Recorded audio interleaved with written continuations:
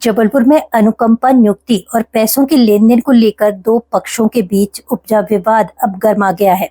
राघवेंद्र तिवारी आज पुलिस अधीक्षक कार्यालय पहुंचे और एक आवेदन देकर अपने ऊपर लगे आरोपों को बेबुनियादी बताते हुए उन्होंने कहा कि उनकी सामाजिक और राजनीतिक छवि को धूमिल किया जा रहा है।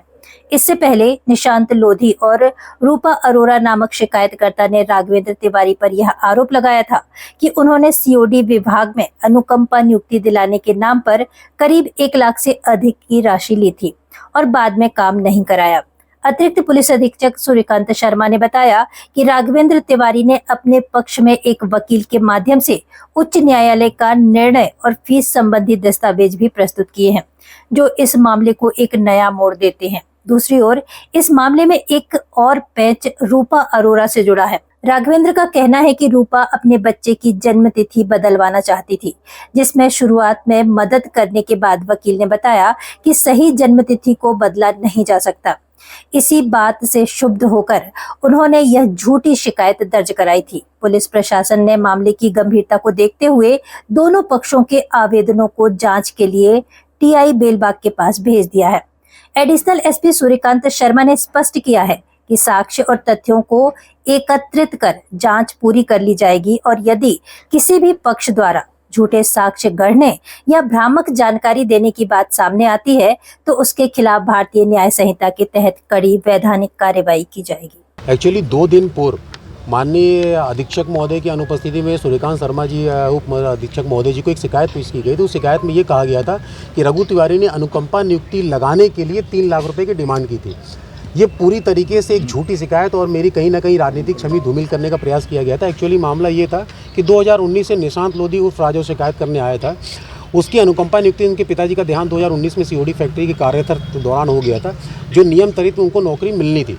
तो 2019 से प्रयासरत थे, उनको नौकरी नहीं मिली। तो 2025 में उन्होंने मेरे संपर्क किया, अक्टूबर नवंबर। रूपा अरोड़ा मेरे पास लेके आए। रूपा अरोड़ा का किराएदार है निशांत लोधी। तो मैंने बोला ठीक है, इस पर तुमको नौकरी मिलती है, कोर्ट में केस फाइल करेंगे। कोर्ट में केस फाइल किया गया। हमारे साथी ने केस फाइल किया और वहाँ पे जीता भी।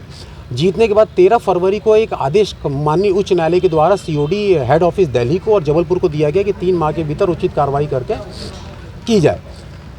उस आदेश को हमने उसे दिया और हमने बोला कि इस आदेश की कॉपी अपने डॉक्यूमेंट के साथ संलग्न करके सीओडी फैक्ट्री में जाके सबमिट कर देना। उसने उस समय उसने उस आदेश को, माननीय उच्च न्यायालय के आदेश को फर्जी बताया, उसने और उसके जीजा ने। तो मैंने बोला ठीक है, अगर तुम्हें आदेश फर्जी लगता है तो मेरे खिलाफ शिकायत कर दो। उसने शिकायत नहीं की। उसने कोर्ट के 3 महीने का समय खत्म होने का इंतजार किया। जैसे 3 महीना खत्म हो जाता है तो उसके बाद उसने क्या किया कि 14 फरवरी को मेरे को फ़ोन किया। मेरे को फ़ोन करके एक्सटॉर्शन करता है, धमकी देता है। और रूपा अरोड़ा ने भी, दोनों ने साथ में मेरे को फ़ोन किया। बोले अगर आप पैसे नहीं दोगे तो हम एसपी ऑफिस पहुंच जाएंगे और जाके झूठी शिकायत करेंगे। हमने झूठी शिकायत क्या करोगे, जाके सीधे बोल देना कि कोर्ट की फीस थी वो दिए और चुनाव वापस नहीं कर रहे हैं। बोले फीस वापस नहीं होती है, ना कोर्ट के चार्जेस वापस किए जाते हैं। उसके बाद जब मैंने उन्हें मना किया तो रूपा अरोड़ा निशांत लोधी यहाँ के झूठी शिकायत की, कहीं ना कहीं मेरी छवि धूमिल करने की प्रयास की, राजनीतिक छवि धूमिल के प्रयास की। फिर उसके बाद रूपा अरोड़ा ने एक शिकायत करती है कि मेरे बेटे का एसआई नौकरी लगाने के लिए 8 लाख डिमांड की, जिसमें 16,000 रुपये मैंने दे चुके हैं। तो मैं आपको बता दूं कि रूपा अरोड़ा मेरे पास आई थी, उस समय एसआई की वैकेंसी मध्य प्रदेश में निकली हुई थी। तो उन्होंने मेरे को बोला कि मेरे लड़के के आधार कार्ड में वो नाबालिग है भैया, गलती से चढ़ा हुआ है, वो बालिग है, सुधार करवा दो। तो प्रोसेसिंग फ़ीस, मैंने वकील साहब से बात किया। वकील साहब ने बोला कि नगर निगम ये वो, फिर एफिडेविट बनेगा, सब बनेगा। मैंने अपने भोपाल मित्र से बात किया तो उन्होंने बोला 16,000 हमारी फीस है। बोले ठीक है।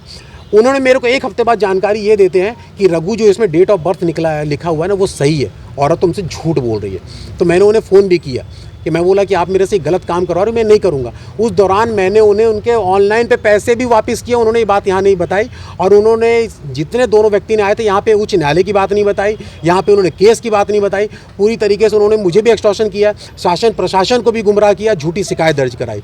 तो आज इसी के समक्ष मैंने पूरा यहाँ पे एक आवेदन बना के एक ज्ञापन एसपी साहब को दिया हुआ है। उनकी प्रतिलिपि मैंने आईजी, डीजीपी, डीआईजी सबको प्रेरित किया हुआ है। और मैंने ये मांग की है कि मैं खुद चाहता हूँ कि उचित कार्रवाई की जाए। अगर मेरे खिलाफ एक भी साक्ष्य मिलता है तो मैं खुद सामने प्रस्तुत हो जाऊंगा अपनी गिरफ्तारी देने के। मैं मानहानि का दावा निशांत लोधी पे भी करूंगा, रूपा राय पे भी करूंगा। और जैसा कि आज आप लोग उपस्थित हैं, आप लोग भी जानते हैं कि शहर में कुछ बहुत अच्छे अच्छे यूट्यूब चैनल भी चल रहे हैं जो आज के डेट में लोगों को जजमेंट दे देते हैं। जैसे कुछ चैनल ने मुझे जजमेंट पेश कर दिया कि मैं आरोपी रघु तिवारी हूँ।